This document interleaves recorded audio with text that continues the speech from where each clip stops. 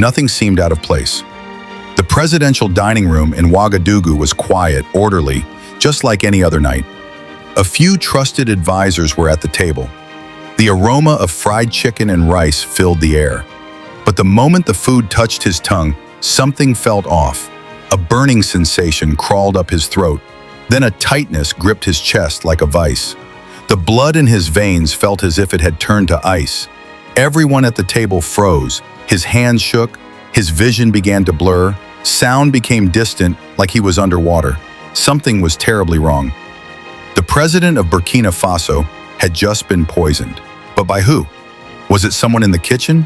A bodyguard? One of the ministers seated just feet away? And the biggest question of all, would he live to see the sunrise? Just moments earlier, the evening had been routine, calm. Minister Calaboli had been talking about the upcoming trip to the north.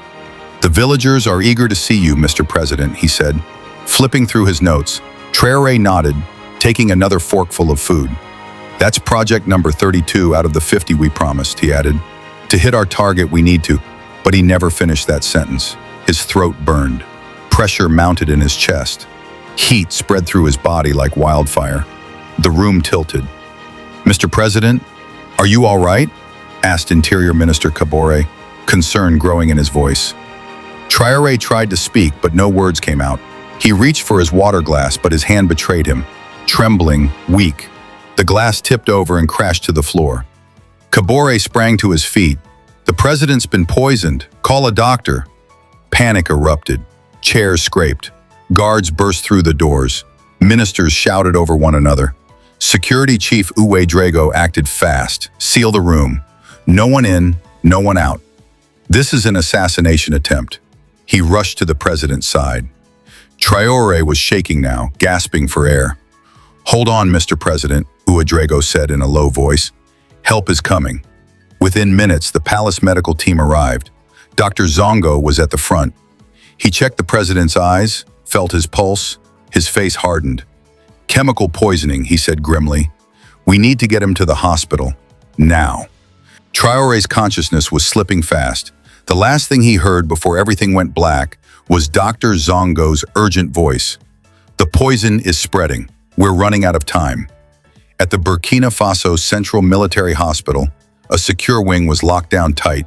Armed soldiers lined the hallways. Inside one heavily guarded room, President Ibrahim Traoré was fighting for his life. Machines beeped softly in the dim hospital room, tracking every heartbeat, every breath. Wires ran from monitors to the still body of President Ibrahim Traoré, who now lay unconscious fighting for his life. Outside, the world was already watching. Crowds had started to gather around the Central Military Hospital in Ouagadougou. Hundreds stood under the night sky, praying, chanting, hoping. On social media, "Pray for Traoré" was blowing up a global trend. Speculation swirled like wildfire. "It's the West. They feared his independence," some protesters shouted. "No, it's traitors from within. Palace snakes," others argued back. Nobody knew the truth yet. But one thing was clear. Burkina Faso's youngest leader was hanging by a thread, and the entire nation was holding its breath. Down the hallway, just outside the sealed hospital room, three of the country's most powerful men huddled in urgent conversation. Security Chief Ouedraogo, Interior Minister Kabore, and Prime Minister Diallo. "What's the status?" Diallo asked, his face tense, eyes heavy with worry. "Critical, but stable," replied Dr. Zongo, holding up a medical report. "The poison, whatever it is, extremely advanced. We're still running lab tests, but this isn't something made in someone's backyard." Ouedraogo's voice dropped to a low growl. This was a professional hit, and it came from inside. He looked around as if the walls themselves might be listening. "Who cooked his food? Who served it? Who sat at the table? We investigate everything, everyone. Let's stay calm," Diallo said, trying to steady the moment. "If we turn on each other now, we lose everything. The president's life comes first. So does the nation's stability." Kabore nodded. "Agreed. But the investigation starts immediately. No one's off limits. Not the chefs, not the guards, not even the advisors." Ouedraogo hesitated, "Including us." The corridor went silent. The three men looked at each other. For the first time, it hit them. Trust had just become a loaded weapon. One wrong move, and the palace could explode from within. Diallo took a breath. "So, Who leads the investigation? Palace police? Military intelligence? National security? Ouedraogo shook his head. No good. Too many loyalties. Too many enemies. We need someone outside the current system. Someone with experience. Someone who knows how this game is played. Who? Kabore asked quietly. Who can we trust? Meanwhile, across the city in a modest home on the edge of Ouagadougou, a man sat alone, listening to the crackle of his old radio. He was 63, his name, Maurice Sankara. Once the most feared intelligence chief in Burkina Faso, 3 years ago, President Traoré had ousted him, accusing him of collaborating with foreign powers. Stripped of his title, placed under house arrest, recently his restrictions had been loosened, but the system never really let him go. President Ibrahim Traoré has been poisoned, the radio announcer said. His condition remains critical. Sankara stared at the floor in silence. So it had come to this. He and Traoré had bad history. But this was something else. Suddenly the phone rang. He picked it up. A voice from the past spoke on the other end. Maurice, they're going to call you. Who? Sankara asked, startled. The palace, the voice replied. Get ready, they're going to call you, the voice on the phone said. They'll want you to lead the investigation. Maurice Sankara let out a dry laugh. You're joking. Traoré hates me. He accused me of treason. He ruined me. Exactly, said the voice. That's why he might call. Sankara was quiet. He doesn't trust anyone around him right now. And the one person everyone knows he shouldn't trust is you. If you, the man who's publicly hated him, can prove you didn't try to kill him, then maybe, just maybe, you'll uncover who really did? Sankara didn't respond, but deep down he knew the man was right. The next morning, just after sunrise, there was a knock at the door. Outside were 2 black SUVs from the presidential convoy. A young officer stood at attention. Mr. Sankara, you're needed. He didn't act surprised. He'd been waiting for this moment. He dressed quickly and climbed into the car without a word. The convoy sped through the city straight to the heavily guarded military hospital. Waiting in the corridor were Prime Minister Diallo, Security Chief Ouedraogo, and Interior Minister Kabore. All 3 looked uncomfortable, caught somewhere between guilt, suspicion, and desperation. Mr. Sankara, said Diallo, reaching out a hand. Thank you for coming. Sankara didn't shake it. Did I really have a choice, Prime Minister? You accused me of treason, exiled me, and now you suddenly need me? The country needs you, Kabore cut in. The president is hanging on by a thread. Someone tried to kill him. Someone inside the palace, added Ouedraogo. The food was prepared and served internally. That means everyone's under suspicion. Sankara narrowed his eyes. So why bring me in? I was shut away for 3 years. My name dragged through the mud, my career destroyed. Diallo's voice was calm but serious. Because if even someone like you, the man everyone knows had a reason to hate him, is willing to save him, it means no one else has an excuse. Sankara said nothing. The irony wasn't lost on him. This could be the perfect opportunity for revenge. If Traoré died, maybe the regime that exiled him would collapse, and Sankara could step out of the shadows again. But this wasn't a political rivalry. This was cold, calculated murder. A line had been crossed. Even enemies didn't deserve to be taken out like this. What exactly happened? He asked at last. Last night, Kabore said, at a formal dinner. He took just a few bites before he collapsed. Burning throat, chest pressure, seizure symptoms. Lab tests are still coming in, but early signs point to a rare, exotic toxin. We're opening a full-scale investigation, added Diallo, and you'll lead it. You'll have access to everything, Ouedraogo continued.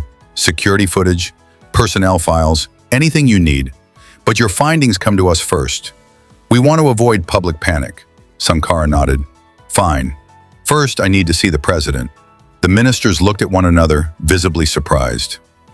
Why? Asked Kabore, eyeing him warily. I need to understand what kind of poison we're dealing with. The symptoms, the severity. His condition could tell me more than any lab result. After a moment's hesitation, they agreed.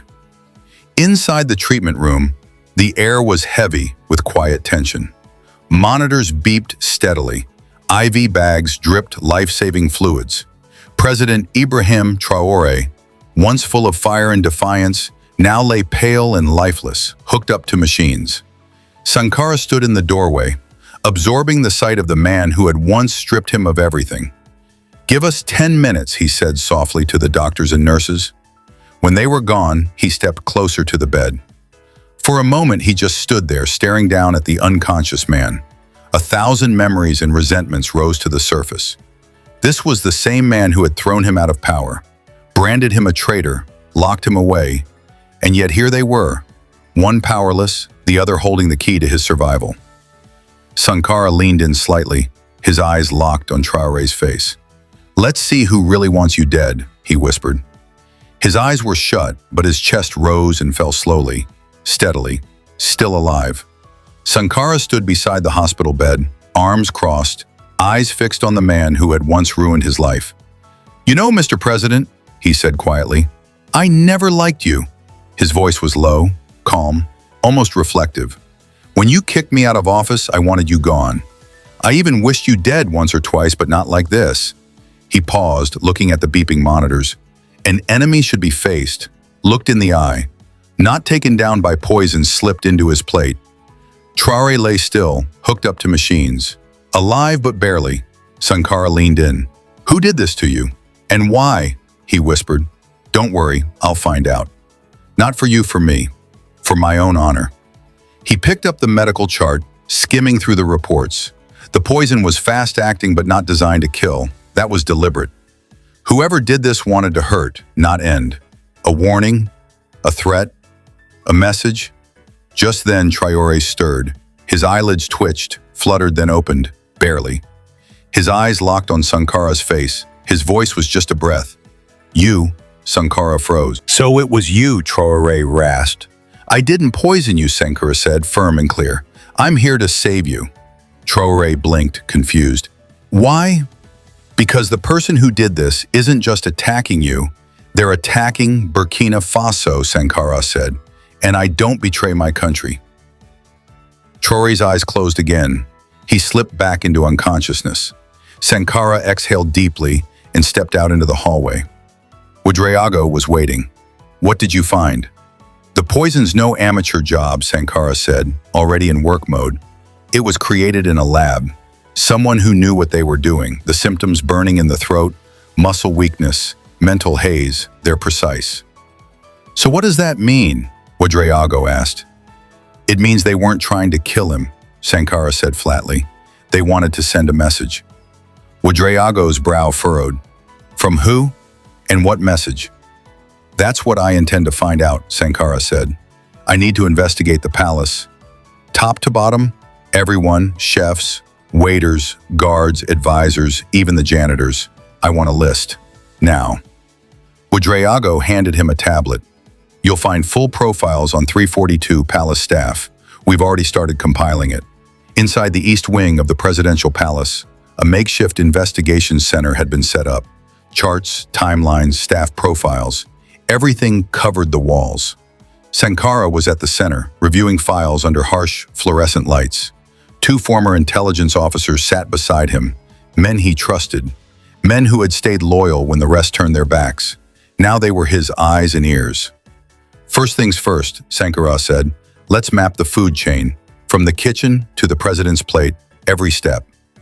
Ouedraogo entered with the palace chef in tow. Chef Bamana stood nervously, his hands shaking slightly. "Relax, Mr. Bamana," Sankara said, his tone surprisingly kind. "You're not under suspicion. We just need the facts." The chef nodded slowly. "I've worked here for 14 years, served 3 presidents. Last night, I cooked President Traoré's favorite rice, fried chicken, vegetables." "Where do the ingredients come from?" Sankara asked. "From the palace's private farm. For security reasons, we don't source food from outside. Everything is checked thoroughly, and once the food is cooked, it's brought to the table by the waiters," Bamana said. "Last night, that was Suleiman." "Suleiman." The chef nodded. "Been here 8 years. Reliable, trusted," Sankara made a note. "Who else was at the president's table?" "Interior Minister Kabore, Economy Minister Koulibaly, Security Chief Ouedraogo, Foreign Minister Zita, and of course the president." Sankara closed the file. "Thank you, chef. That's all for now."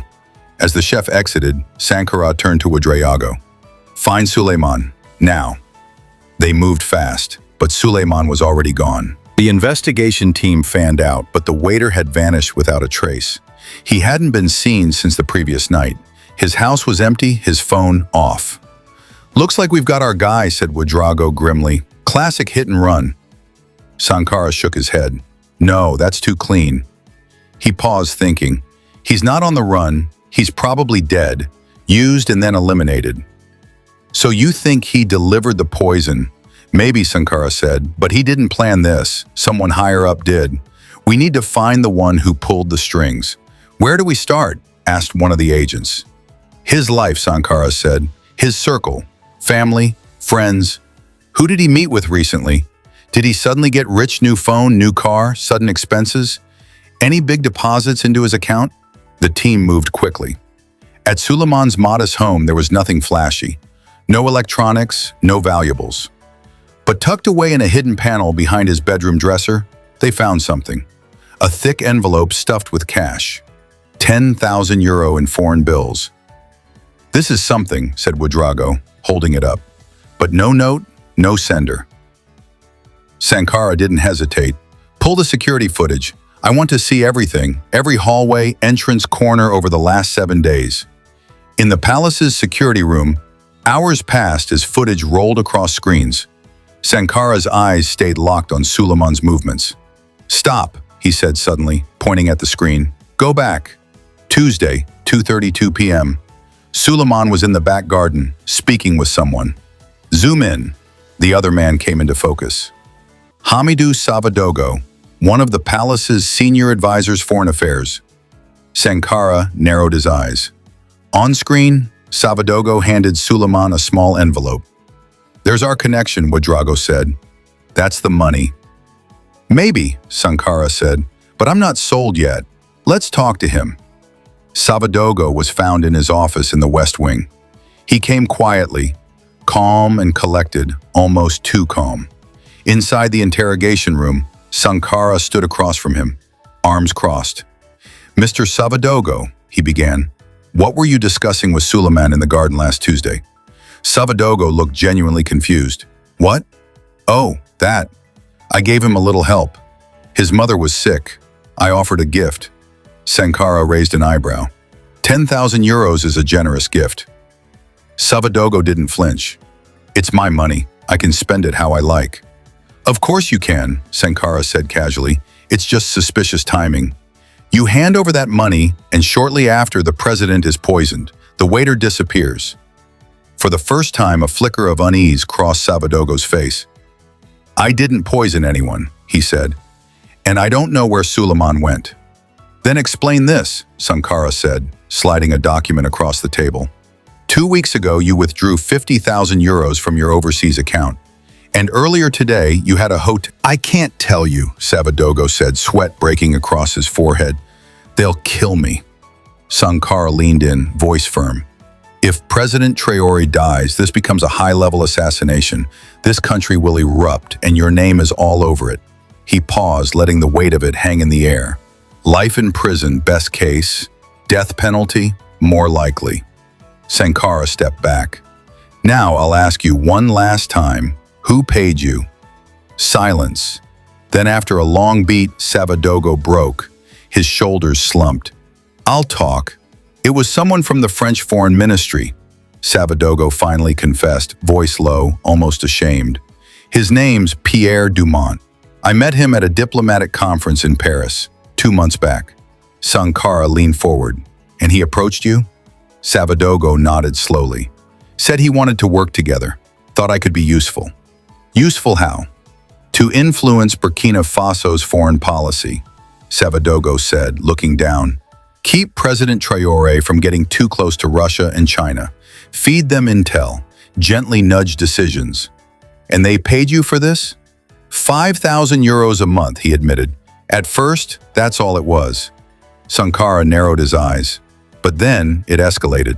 Savadogo swallowed hard. "They asked me to make Traoré sick. Not kill him, just incapacitate him. Temporarily. The poison was never meant to be fatal, I swear." "Why?" Sankara asked. "So the Prime Minister could step in while he was out," Savadogo said. And during that time, they'd push through a few deals. Strategic ones. Like what? Return of gold mining rights to French companies, extension of the military base agreement, new trade partnerships, all tilted in France's favor. Sankara stared at him. And the waiter? Suleiman? I don't know where he is, Savadogo said, trembling now. I gave him the poison. He slipped it into the food. He was paid too. After the job, he was supposed to vanish. A few hours later, Sankara was back in a secured room, face to face with Prime Minister Diallo, Security Chief Ouedraogo, and Interior Minister Kabore. He laid it all out. The scheme, the bribes, the foreign involvement. So, it's the French, Diallo said, rubbing his chin. They're reacting to our independence, our shift eastward. Savadogo's in custody, said Ouedraogo. But the real architects? They're far from our reach. And Suleiman? We're searching everywhere, said Kabore. He may have crossed the border already. He didn't escape, Sankara said flatly. He was silenced. They wiped their fingerprints clean. Diallo leaned in. So, what now? Do we go public? Not yet, Sankara said firmly. We wait for Traoré to recover.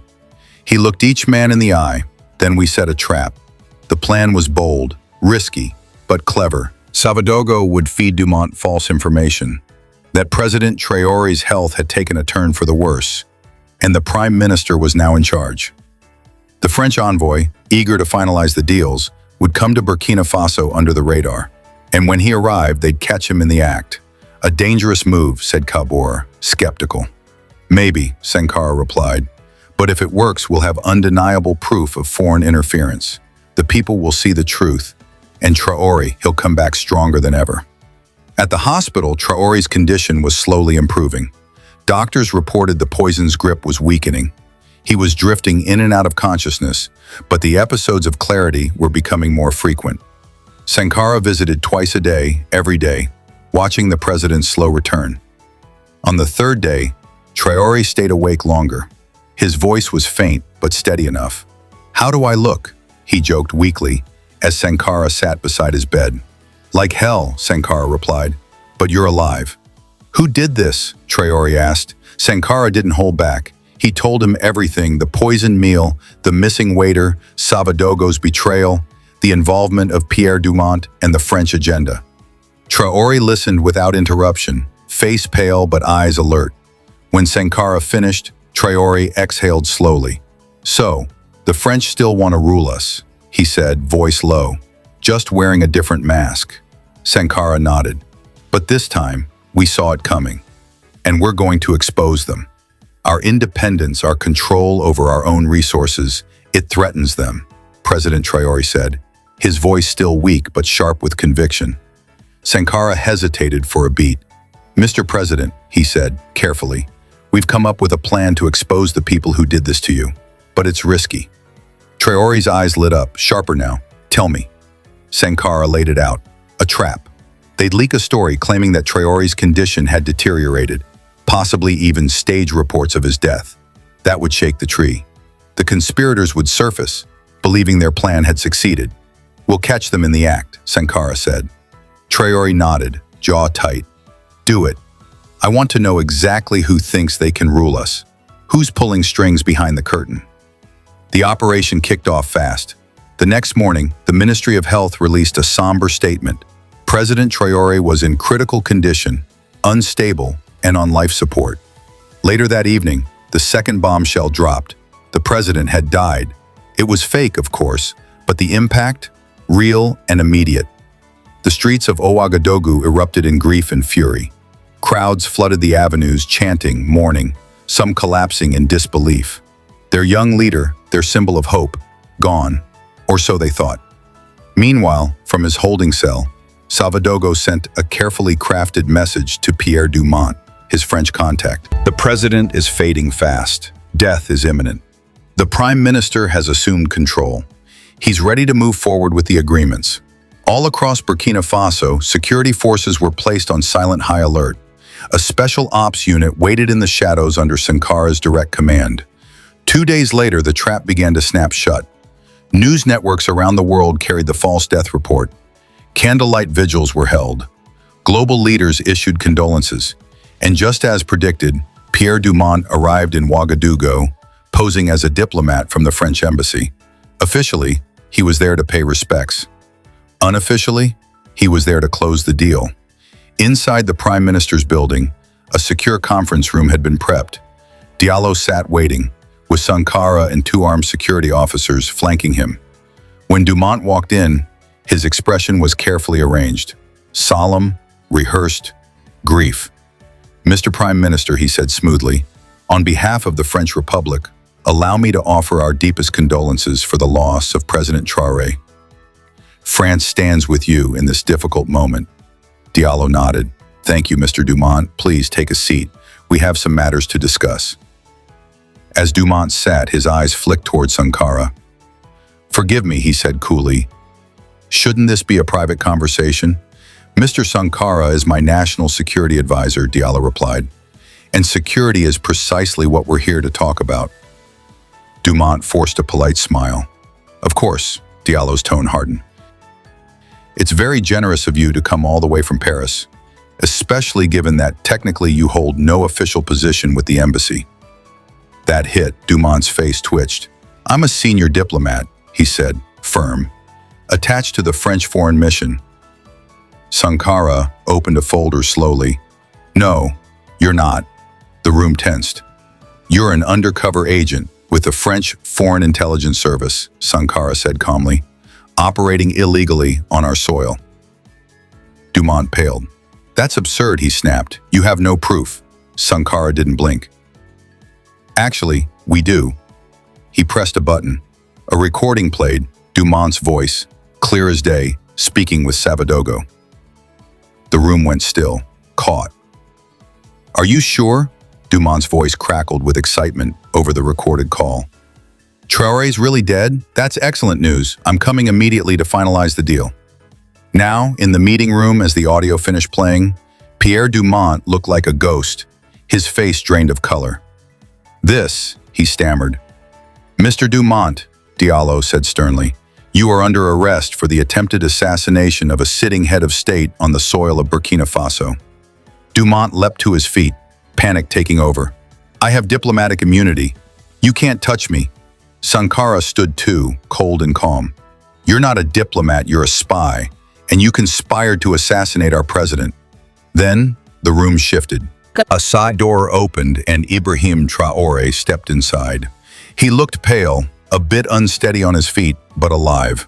Standing, breathing, fighting. Dumont's mouth felt open. "This isn't possible."